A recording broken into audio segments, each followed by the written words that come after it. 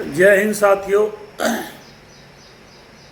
मैं मास्टर स्वराज राष्ट्रीय अध्यक्ष भारतीय किसान लोक शक्ति सभी क्षेत्रवासियों के लिए नमस्कार, धन्यवाद।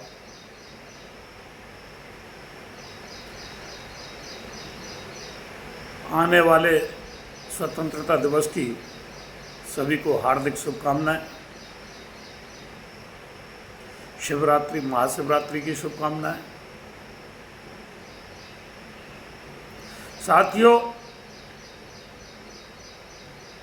कोई बहू अपनी सास से कह रही थी जब उसके पेट में गर्भ था कि माँ, जब मुझे बच्चा पैदा हो, मेरे पीड़ा हो तो मुझे जगा देना। सास ने कहा, बेटी मैं क्या जगाऊंगी, तू ही सबको जगाती डोलेगी। तो जिसको पीड़ा होती है बोलना उसको पड़ता है, रोना उसको पड़ता है, कहना उसको पड़ता है, जागना उसको पड़ता है। हम जो उम्मीद लगाए बैठे हैं जनप्रतिनिधियों से, सत्ताधारियों से, सरकारों से, इनको आपके पीड़ा की रत्ती भर भी चिंता नहीं है। और इस सरकार का विशेषकर नियम बन गया है कि जब आपको इनको आवश्यकता होती है हमारी जमीन हथियाने की, तो ये तरह तरह के लुभावने हमको देते हैं, लुभावने लालच। अधिकारी गांव में जा कर के सहमति लेते हैं, किसानों को समझाते हैं। जब ये यमुना हाईवे निकला था तो हमारे यहाँ भी अधिकारी आकर के हमको समझाते थे कितने आपको लाभ होंगे, कितने बेनिफिट होंगे, कितना विकास होगा, युवाओं को ये होगा, युवाओं को वो होगा। लुभावने लालच दिए जाते थे।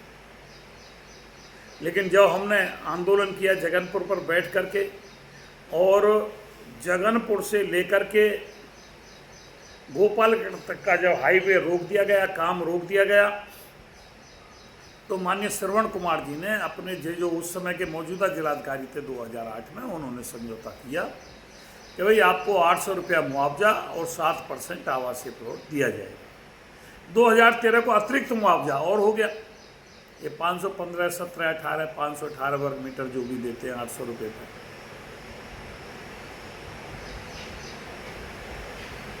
इसी प्रकार दयानतपुर पर ये जो बम्बई एक्सप्रेस वे निकल रहा है, इस पर धरना दिया, हमने भी समर्थन किया वहाँ जाकर के।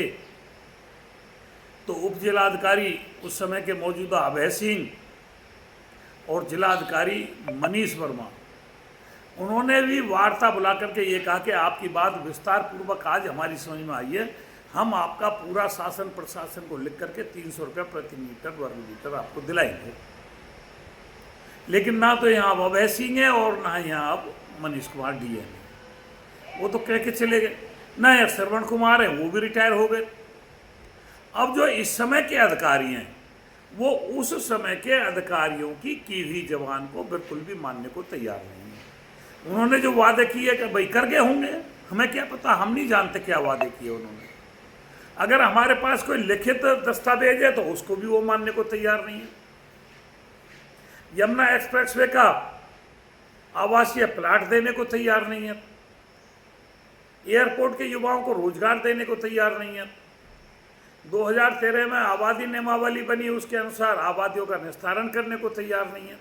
मतलब किसी भी बात पे अमल करने को तैयार नहीं है। जब इन्हें जमीन लेनी होती है तो हमारे जनप्रतिनिधि भी घर घर जा कर के, गाँव गाँव जा कर के समझाते हैं, सहयोग करते हैं, माननीय मुख्यमंत्री जी की वाहवाही लूटते हैं।